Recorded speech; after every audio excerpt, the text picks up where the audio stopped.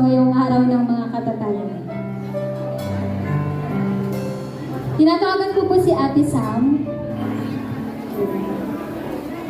Sa isang malayong lugar, may isang mayamang tao ang may dalawang anak na lalaki.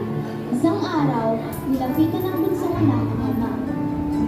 Ama, nais ko na ibigay niyo na sa akin ang mamanahin ko. Anak, sigurado ka pa sa iyong sinasabi? Kung yan ang gusto mo, ito na ang iyong mamanahin.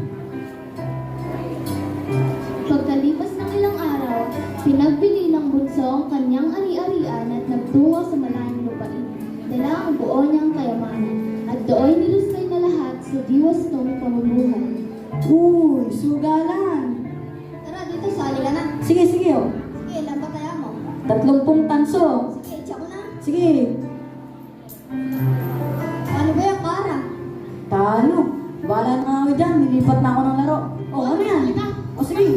O, 10 pila ko. Sige.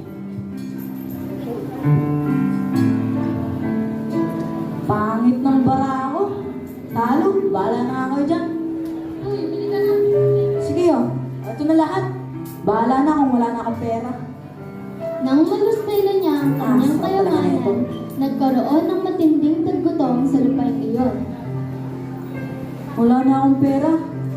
Kailangan kong magtrabaho upang ako'y makakain. Kaya namasukan siya sa isang babuyan. Ginoo, maaari po ba akong mamasukan at magtrabaho sa inyo? Sige, pwede mong alagaan ang aking mga baboy. Sige po, maraming salamat, Ginoo. Maaari ka na magsimula ngayon.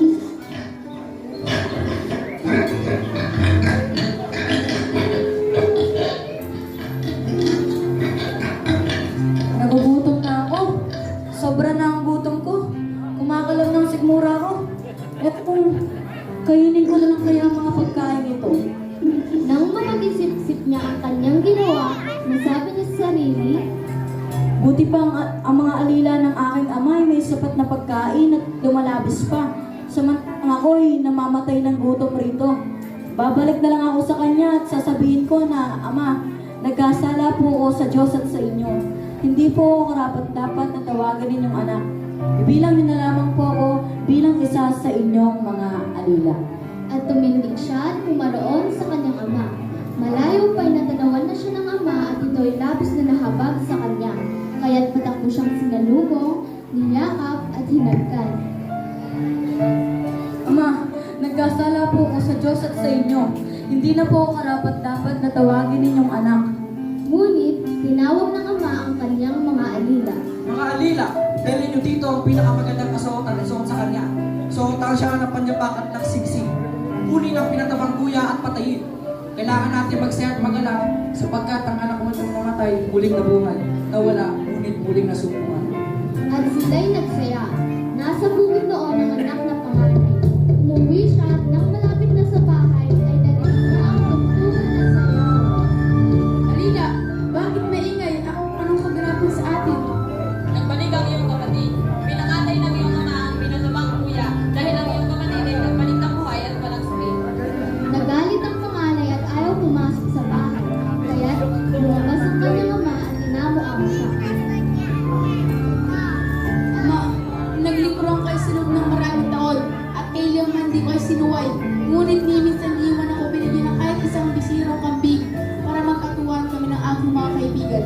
Ngunit na dumating ang inyong anak ng lungsay sa inyong kabahayan, sa mga babae, pinagpatayo ko siya ng pinatabang kuya. Anak, lagi kitang kabil. Lahat ng ari-ariang buhay sa ilaban. Sapagkat kailangan natin magsaya at mag-alala sapagkat ang kapatid mo na pinamatay, muling nabuhay. Nawala, ngunit muling nasubukan. Ang pagmamahal ng isang ama ay walang katumbas. Handang magpatawad sa anak na nagkasala. Sa magigiting na ama o haligi ng tahanan, saludo po kami sa inyo.